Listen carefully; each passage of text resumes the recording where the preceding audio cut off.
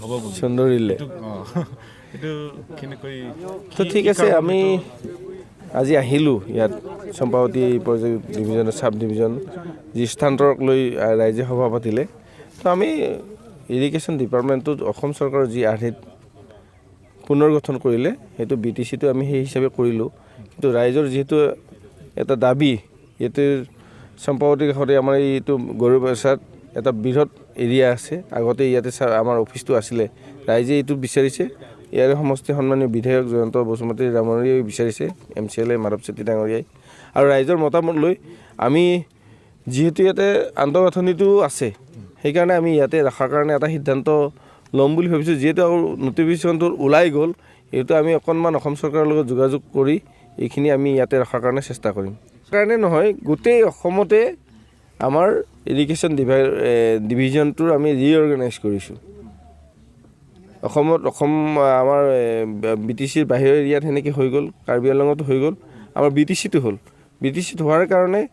তাৰমানে দুটা সমষ্টি মিলি এটা ডিভিজন হ'ব আৰু প্ৰত্যেক সমষ্টিতে এটা চাব ডিভিজন থাকিব সেইকাৰণে এনেকুৱা হ'ল কিন্তু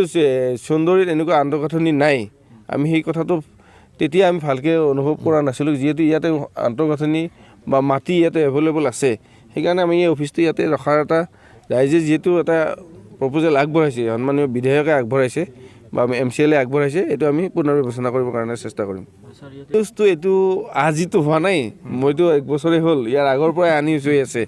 তো আমি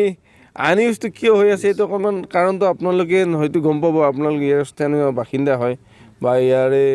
আপোনালোকে ইয়াৰে স্থানীয় সাংবাদিকতা হয় আপোনালোকে গম পাব কিন্তু মোতকৈ আপোনালোকে জানিব আনিউজটো কিয় হৈছে মই অকণমান গম পালোঁ ইয়াত আগৰ যি এটা পৰিৱেশ আছিল সেই পৰিৱেশত ইয়াতে অফিচাৰসকলে হয়তো অফিচ কৰিবৰ কাৰণে সক্ষম হোৱা নাছিল বা জীৱনৰ নিৰাপত্তাৰ কিছুমান কথা থাকি আছিল হয়তো মই সেইটো বিশেষ আৰু বহলাই নকওঁ কিন্তু এতিয়াৰ পৰা ইউজ হ'ব এইটো চিন্তা কৰিব নালাগে সঁচাকৈ যদি শিফ্ট হৈ ছাৰ নাই শিফ্টটো হৈছেই বোলে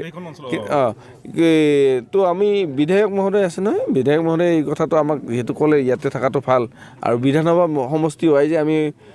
অফিচ যিহেতু ভাগ কৰিছে সেইকাৰণে বিধায়ক মহোদয় আছে যদি আৰু ইয়াতে নহ'ব পাব্লিক কিন্তু নাই পাব্লিকক আমিতো মানাব লাগিব বা পাব্লিকে যিটো বিচাৰিছে ৰাইজে বিচৰাটোৱেতো আমি চৰকাৰে কৰিব লাগিব নে ৰাইজে যিটো বিচাৰে সেইটোৱে নাই BTC আমাৰ BTR গভৰ্ণমেণ্টৰ পৰা আমাৰ যিহেতু আগতে 11টা ডিভিজন আছিলে এতিয়া 9টা হ'ল চাব ডিভিজন আছিলে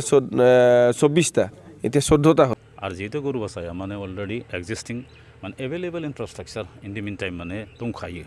दा बेवहायनो माने माबानाया मोजां बे टाइपै बिथांमोना आपिल खालामदोंमोन आरोखि आपिल खालामनायाव अशोक सिंघाला माने पजिटिभ दे जागोन बियो ओरै होननानै बिथांमोननोबो खोथा होनायखौ जों जेलानाखि एसे एनै जोंनि रिप्रेजेन्टेटिभ हिसाबै सोंहरलायनाय जायो अब्ला बिथांमोना बे खोथाखौ जोंनि सिगाङाव मोनसे एसुरेन्स हरदोंबा मडिफिकेसन प्रबेबलि जागोन आरोखि माने मा होनना बुङो रिभार्ट जाफिनगोन अफिसा खिन्थु एसे प्रसेस जासिगोन आरोखि दा बेखायनो जेब्ला ब्रायैनो जों सानदों मा बेखिनियावनो थासिगोन खारन जोंहा रायजोआ मोनसे आश्वस्त जाबाय एसियर्ड जाबाय आरोखि खिन्थु नुनो मोनबाय कयेकटा दिननि गेजेराव अफिसनिफ्राय माखासे अफिसारफ्रा नायलायफैगासिनो दं थांलाय फैगासिनो दं जोंहा बाहाय माखासे लकेलावनो बे सोरबा खालासि बे टाइपनि जोंहा कर्मचारिफ्रा सार ओरै सोरखौबा खिथादों सोरखौबा बुंहरदों आंनोबो खोनाबाय आंबो मिथिबाय दा बेवहाय जोङो अफिसफ्रा जे हान्थामेला खालामलागासिनो दङ जास्ट टु माने transfer just to shift from माने गरुभाषा टु माने सुन्दारि आरो माबायावबो सुन्दारियावबो माबायदि दङ अफिसखौ नायलायनाय आरिनाय बे माबाफ्रा जोंनि स्टाफफ्रा बिनि बे खालासिफ्रा मिथिगौ खारन बिथांमोनाथ' बिसिनि कर्मचारि नालाय आरो अफिसारा लेंबाय थांफानांबाय बे मिथिनायखौ आं पार्टिकुलारलि आंल' नङा सोरबाबो मिथिदों आरोखि दा ओंखायनो बे जिनिसखौ जेनाखि जोङो जेला मिथियो अब्ला जों माबा मोनसे खालामनांसिगोन ओरै माबा मोनसे खालामनांसिगोन माने जों एसे जथुमलायनानै जों एसे बेखौ मोनसे डिसिसन मोनसे पाब्लिक एसे अपिनियन खालामनानै जों बेखौ सरकारनि खोमायाव एसे गोरायैनो जों माबा खालामनांसिगोन बाथ्राखौ दा बबे लजिकजों दा जाजानो लुबैनाया बेखिनियानो जिहेतुनाखि बेवहाय अफिस खालामनायनि थाखाय गथै माबाया दङ ओंखायनो अफिसखौ जों बाहायनो जों लुबैयो ओमफ्राय सिडली साब डिभिसना एज ए नमेनक्लेचार नो मेटार जों बेवहाय जों इन्टारफेयार खालामा खिन्थु अफिसखौ माने बेयावनो खालामनांगौ आरो दिनैहाय EM सारा जोंजों इन्टारेक्सन खालामबाय पाब्लिकनि सिगाङाव खोथा बुंबाय लकेल एमएलए माबाया जयन्त बसुमतारी बिथाङाबो बुंबाय आरो बेवहाय सासे मा दङ नमिनेटेड एमसिएलए बिथाङाबो जोंनिनो पजिटिभ आरो बिथाङा लकेलखा गथिखे बिथांमोनाबो बेयाव जाजानाया बिथांमोननि मोनसे माबाखा मा होनो अपिनियनखा ओंखायनो बेयाव जानांगौ आरो बिदियैनो जोंखौ बिथांमोना एक्सिउर खालामबाय आरो अफिसियेलि बेसेबां हायो आरो बबे लेभेलाव बिथाङा माबा खालामनांगौ माने जोंनि सिगाङाव खोथा होबाय ओंखायनो जों बिथां इएम आरो फैफानाय जोंनि रिप्रेजेन्टेटिभ बिथांमोनखौ जों पाब्लिक तरफनिफ्राय दिनैनि लेभेलसिमाव दहायनि लेभेलसिमाव जोङो माने धन्यबाद आरो साबायखर जासिबाय आरो आसा खालामो जोंनि बे पाब्लिकनि बे सेन्टिमेन्टआ बा पाब्लिकनो नांगौ होननानै जों जि मोनसे रेज खालामदों बे बाहायनो बहाल थागोन अके साबायखर बावग्रोबाय दिनै जोंनि बे इरिगेसन साब डिभिजन अफिसनि जिथुनाखि आगुनि अफिस गरुभाषा बेवहाय दानि जिथु इरिगेसननि जिथु इएम मा नाम गौतम दास बिथाङा फैनानै जोंनि रायजो राजानि मोनसे बेवहाय खोथा दङमोन खोथाया बेनोमोन जे बावैसो आसाम गभर्नमेन्टनिफ्राय मोनसे नटिफिकेसन जे मोननानै गभर्नरनि एड्रेस माबायो आरोखि जे गथै आसामावनो माखासे इरिगेसननि माबाखौ फांसनिं माबाखौ जुरिसडिक्सनखौ जे चेन्ज खालामदों साब डिभिसन बबेखौबा डिभिसन दा बेबायदि जुरिसडिक्सन चेन्ज खालामनायनि बेलायाव जोंनि बे माबायावबो सिडली साब डिभिसन मुंनि मोनसे इरिगेसन फांसनिं जिथु जुरिसडिक्सन बेखौ जों खोनादों आरो गभर्नरनि जिथु नटिफिकेसन ओंखारनाय बेवहाय मिथिनानै मोननानै जों बेवहाय रायजो राजाया एसे बेखौ जेब्लानाखि सुलु लायो सुलु लानानै मोनदोंदि मा जे जुरिसडिक्सना बेवहाय जुदि चेन्ज जादोंब्लाबो माने मा होनो माखासेखौ माने हेडक्वार्टारखौ शिफ्टिं खालामदों माखासेखौ खालामाखै दा बे जोंनिया गरुभाषायाव अलरेडि माने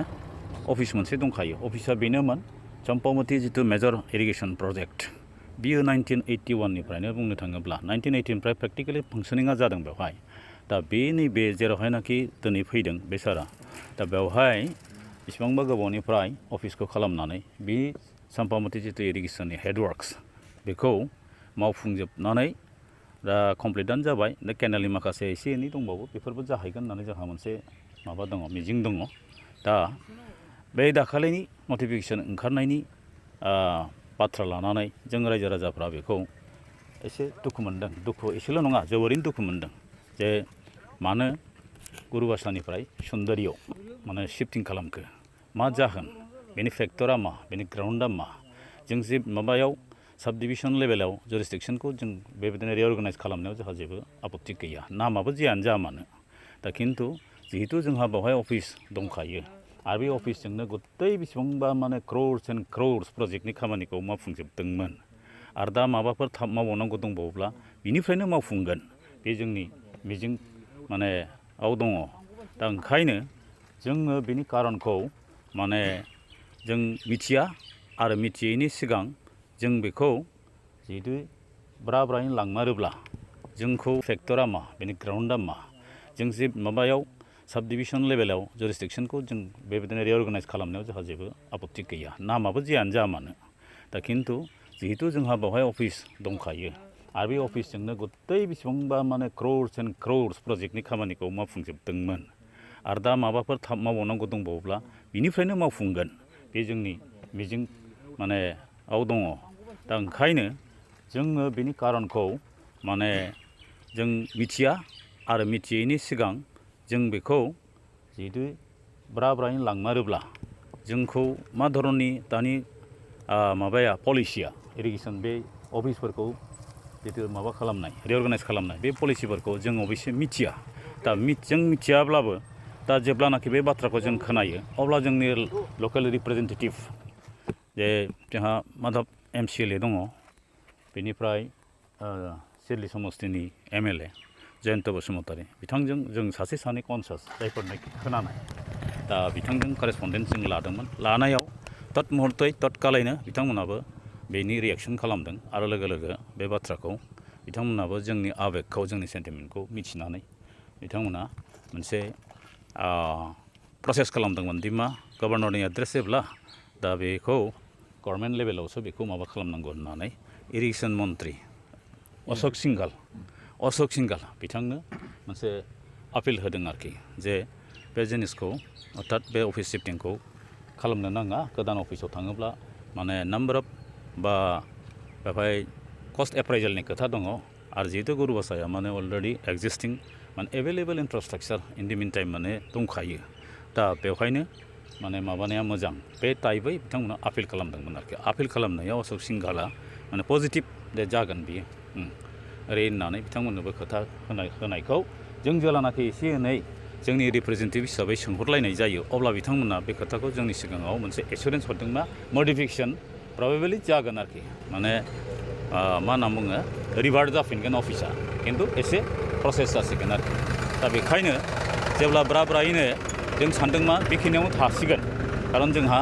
रायजोआ मोनसे आश्वस्त जाबाय एसियर्ड जाबाय आरोखि खिन्थु नुनो मोनबाय कयेकथा दिननि गेजेराव अफिसनिफ्राय माखासे अफिसारफ्रा नायलायफैगासिनो दं थांलाय फैगासिनो दं जोंहा बाहाय माखासे लकेलावनो बे सोरबा खालासि बे टाइपनि जोंहा कर्मचारिफ्रा सार ओरै सोरखौबा खिथादों सोरखौबा बुंहरदों आंनोबो खोनाबाय आंबो मिथिबाय दा बेवहाय जोङो अफिसफ्रा जे हान्थामेला खालामलागासिनो दङ जास्ट टु माने transfer just to shift from माने गुरुभाषा टु माने सुन्दारि आरो माबायावबो